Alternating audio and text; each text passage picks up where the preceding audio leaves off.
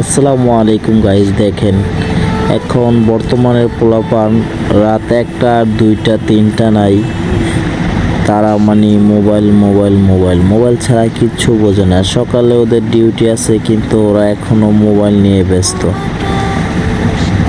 আমি যে ভিডিও করতেছি ওই পাশেরটায় দেখতে আছে না, বুঝছেন? দেখেন কিভাবে মোবাইল টিপতে আছে।